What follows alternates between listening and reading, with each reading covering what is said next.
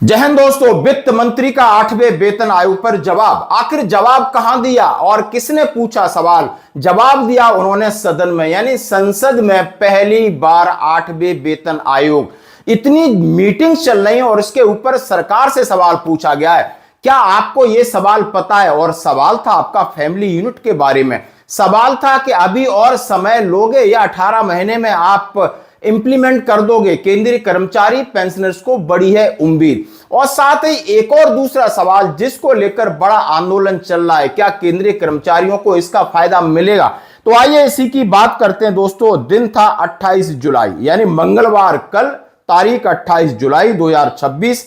राज्यसभा में सवाल नंबर 1036, 8वें केंद्रीय वेतन आयोग। और ये जावेद अली खान ने सवाल पूछा है वित्त मंत्री महोदय से। और इसके ऊपर क्या क्या प्रतिक्रिया आई है हम आपके सामने वो भी बताएंगे। उन्होंने कहा है, will the minister finance be please the state the detail of number of meeting held at central pay commission, the detail of employees union उन्होंने consulted so far, whether the employee union have demanded in increase number of family unit 3 to 5 parent including calculate fitment factor 8 pay commission. जबरदस्त और super सवाल है। उन्होंने कहा है कि क्या ऐसा उनके पास विवरण है कि सरकार ने कितनी अभी तक मीटिंग की है, कितने संगठनों से मीटिंग की है, क्या केंद्रीय कर्मचारियों की बड़ी मांग है फिटमेंट फैक्टर की गणना के लिए माता पिता यानी परिवार में माता पिता को शामिल करके, और जो फैमिली यूनिट की संख्या 3 से बढ़ाकर 5 करने की मांग। यदि ऐसा आपके संज्ञान में है तो आपकी प्रतिक्रिया क्या है? आयोग द्वारा सरकार को विचार और इंप्लीमेंट हेतु अपनी रिपोर्ट कब तक प्रस्तुत किए जाने की संभावना है? उन्होंने कहा है, why when the commission is likely to be submit its report to government for consideration and implementation. यानी आपके पास रिपोर्ट कब तक आ जाएगी? क्या केंद्रीय वेतन आयोग कर्मचारियों से बात कर रहा है, पेंशनर से बात कर रहा है, और आपके पास क्या फीडबैक आ रही है? और ये जो फीडबैक है, जावेद अली खान जी कह रहे हैं कि ये जो फीडबैक हमारे पास आई है और ये सवाल हमने आपके मंत्रालय में भेजा है, तो आपकी क्या है प्रतिक्रिया? अब इसी को लेकर आप देख सकते हो, सरकार ने फिर एक बार स्पष्ट किया है कि नवंबर 2025 में 8 सीपीसी के गठन के आधार पर कमीशन अपनी रिपोर्ट 18 महीने के भीतर देगा। जैसे इन्होंने कहा है, as per the resolution dated 3 November 2025 thus 8 central pay commission will make its recommendation within 18 month of date of its constitution. यानी जब से इसकी घोषणा हुई है, यानी अधिसूचना जारी हुई है, और उससे 18 महीने तक केंद्रीय वेतन आयोग हमें रिपोर्ट सबमिट कर देगा। जैसे कहा है कि दिनांक 3/11/2025 के संकल्प के अनुसार ये 8वां केंद्रीय वेतन आयोग अपने गठन की तिथि से 18 महीनों में सिफारिश दे देगा। अब आपके 18 महीने कब खत्म हो रहे हैं, आप आइडिया इस बात से लगा सकते हो, यानी 11 यानी नवंबर और दिसंबर आप लगा लेते हो, यानी 2025 के 2 महीने, 2026 के 12 महीने, 12 और 2 यानी 14, और फिर आप आ जाते हो 2027 में 14 और 4 18, यानी जनवरी फरवरी मार्च अप्रैल 2027 तक का समय है।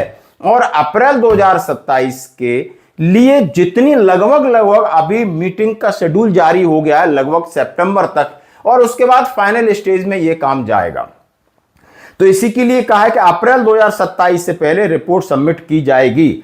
8वें कमीशन की सिफारिशें 1 जनवरी 2026 से लागू होनी हैं, जबकि कमीशन का गठन देरी से हुआ है। ऐसे में रिपोर्ट थोड़ा जल्दी सबमिट करने से अप्रैल 2027 तक कमीशन की सिफारिशों को लागू किया जा सकता है।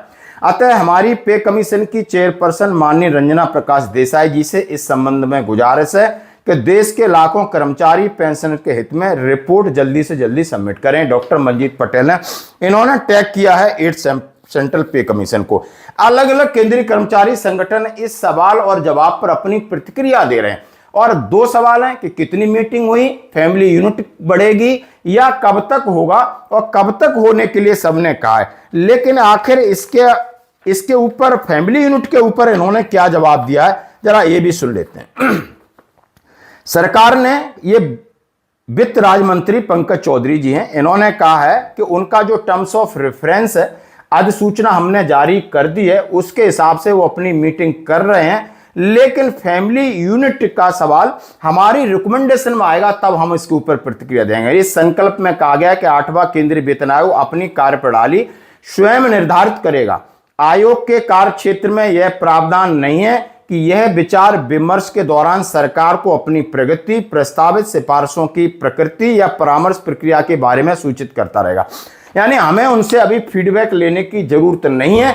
जब वो अपना काम कंप्लीट करेंगे, अपनी रिकमेंडेशन क्या देंगे, उसके बाद हम सोचेंगे कि आपकी फैमिली यूनिट की रिकमेंडेशन पहले वो क्या देते हैं। अभी तक 3 थी, वो 4 देते हैं या 5 देते हैं, उसके बाद सरकार का काम है। लेकिन उन्होंने कहा ऑफिशियली हमारे पास ऐसा कुछ है नहीं। तो दोस्तों ये थी अपडेट। अब एक और बड़ी अपडेट जिसके बारे में पुरानी पेंशन, नई पेंशन, एक यूपीएस यानी ओपीएस, एनपीएस और यूपीएस बना दिया गया है। लेकिन केंद्रीय कर्मचारियों की मांग है यदि नेताओं को ओपीएस दी जा रही है तो हमें भी दिया जाए। और यह सवाल भी आप देख सकते हो संसद के अंदर पूछा गया, राज्यसभा के अंदर, और गिरिराजन ने पूछा है, will the minister of labour employment to be place the state. उन्होंने कहा है क्या पुरानी पेंशन कोई ऐसा प्रस्ताव विचाराधीन है। तो राज्यसभा में सांसद गिरिराजन पूछे गए इस सवाल में राज्य मंत्री शोभा करंदलाजे ने वित्त मंत्रालय के विभाग से स्पष्ट किया कि केंद्रीय कर्मचारियों के लिए पुरानी पेंशन बहाल करने का फिलहाल कोई प्रस्ताव विचाराधीन नहीं है। इस जवाब से उन कर्मचारियों को झटका लग सकता है जो 8वें वेतन आयोग के माध्यम से ओपीएस की वापसी की बहाली कर रहे थे। अब बात कर रहा हूं ओपीएस की, यानी सबको पेंशन चाहिए 50%। इसको लेकर के 8 पे कमीशन के सामने तो पॉइंट्स रखे हैं, लेकिन ये संसद राज्यसभा के अंदर एक मेंबर ऑफ पार्लियामेंट पूछता है मिनिस्टर से, मिनिस्टर कह रहे हैं हमारे पास ऐसा कोई विचाराधीन नहीं है।